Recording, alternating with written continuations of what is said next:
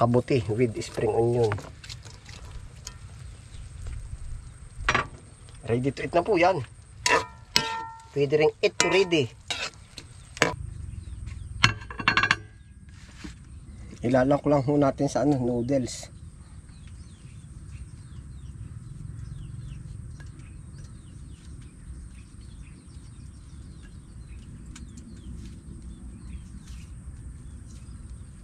Yung pong iba ay uuwi po natin.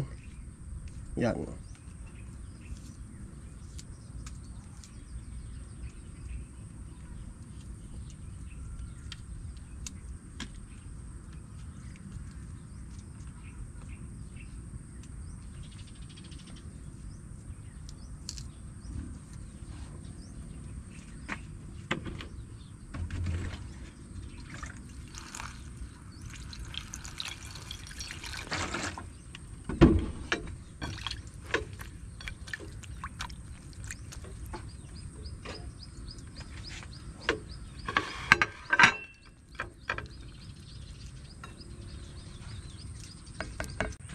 Ayan po, lulutuin na po natin.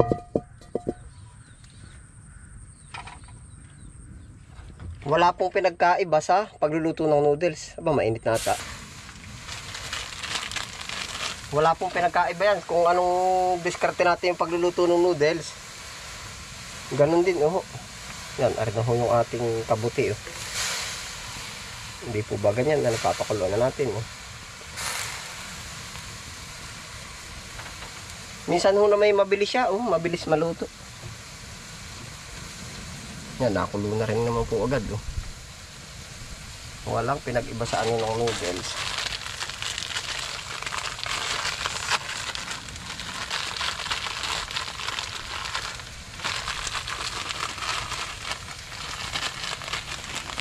Ari po, oh.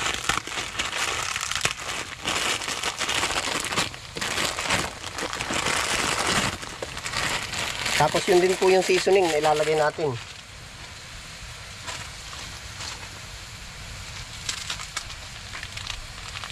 Gawa ko po pag ako nagluluto ng noodles, ang seasoning halos kalahati lang po yung nilalagay ko. Oh. Ay ngayon ilalahat ko na po. Para gawa ho ng may kasahog na iba ay.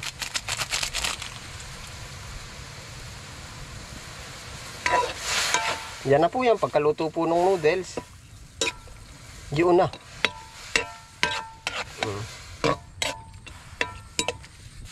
Hintayin lang po natin kumulo. Nakulo na.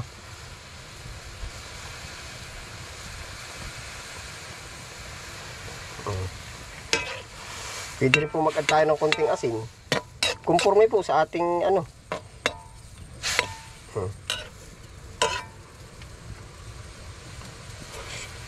Ayan, ang sarap. Linamnam. Yan, kung gusto po ninyo medyo luto ang noodles, yung iba ay hindi luto, kumbaga yung parang basta luto lang. Oh. Yari na agad, upang ulam na po. Yeah.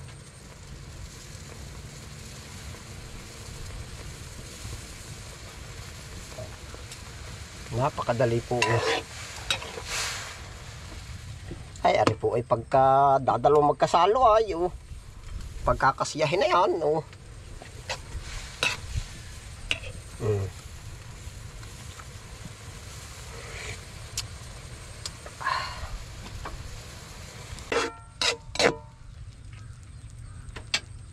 Ayan na po, dahil po tayo may available na spring onion, ay atin hong sasahugan, oh.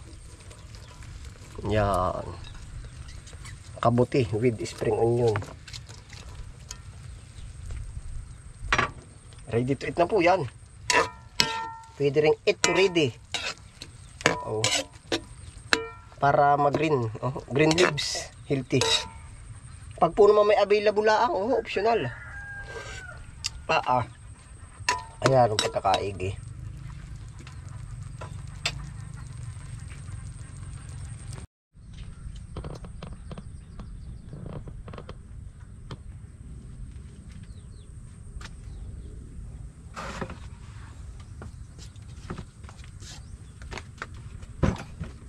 Ayun po, kakain po tayo.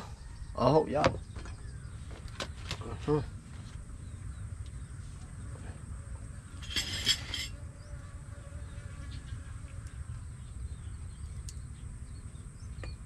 Sandok. Ito na, kutsara na. Maganda po ang texture, oh. Dali po. At ating lalasahan na rin. Yan, kayo po binakain ng kabuti. Hindi ko na po uli na, no, yung sinandok. At gawa ng tayo po na mag-isa. Yan, ganda rin po, oh. Sarap. Ay, Panginoon, salamat po sa lahat ng biyaya.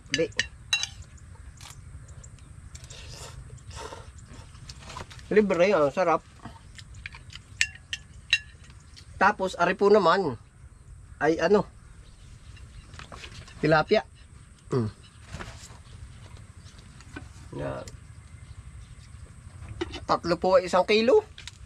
Ay yung pong kapitbahay natin ay bulas ng salak. Ay sabi sa akin, kabis friend, bilhan mo naman ako. Ay di ako po'y bumili at sariwa po, ah.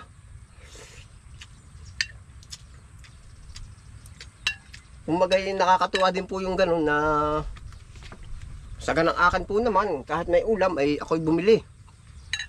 At siyempre nakiusap yung tao po. Kabis friend, bilhan mo naman ako. Ay pwede po, ah. Kumbaga ditulong na natin sa kanila at mapapakanabangan din po naman natin, ah. Yan, shout out kay Kuya Isko, nagbenta sa atin na rin. Ang ganda.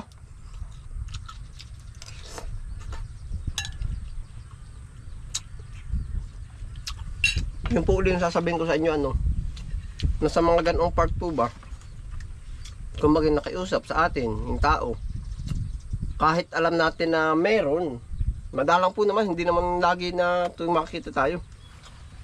Hindi, kung tulong na natin yung tayo bumili sa kanila. Maganda, siya daw po ay naka 8 kilo doon sa kanyang bulas na salak. Mini pan lang po yun, ay. Yeah, pag malakalaki yung CR ay baka gano'n lakalaki.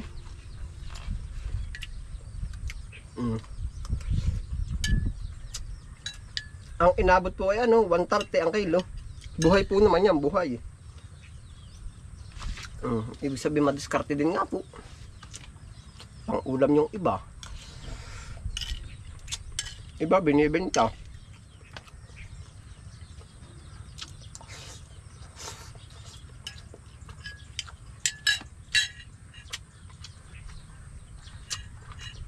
Nagdala po yung sarap, yung dahon ng sibuyas.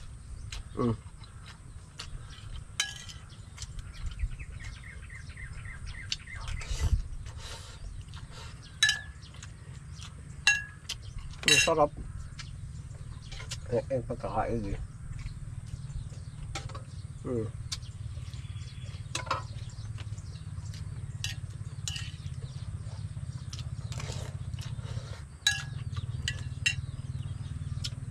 Ginawa ko po naman din sa talapia natin. Parang ginanga ba? Para ma-stock. Kahit 2 days hindi siya maano. Basta laging papainitin. Tatapat sa baga.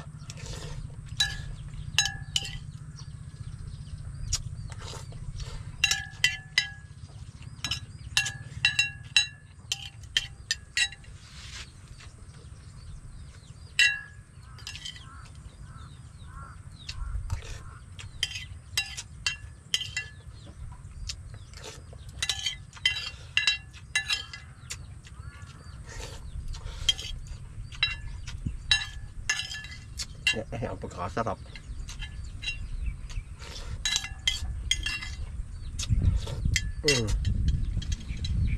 Lusog na isang kain. May mga tira pa.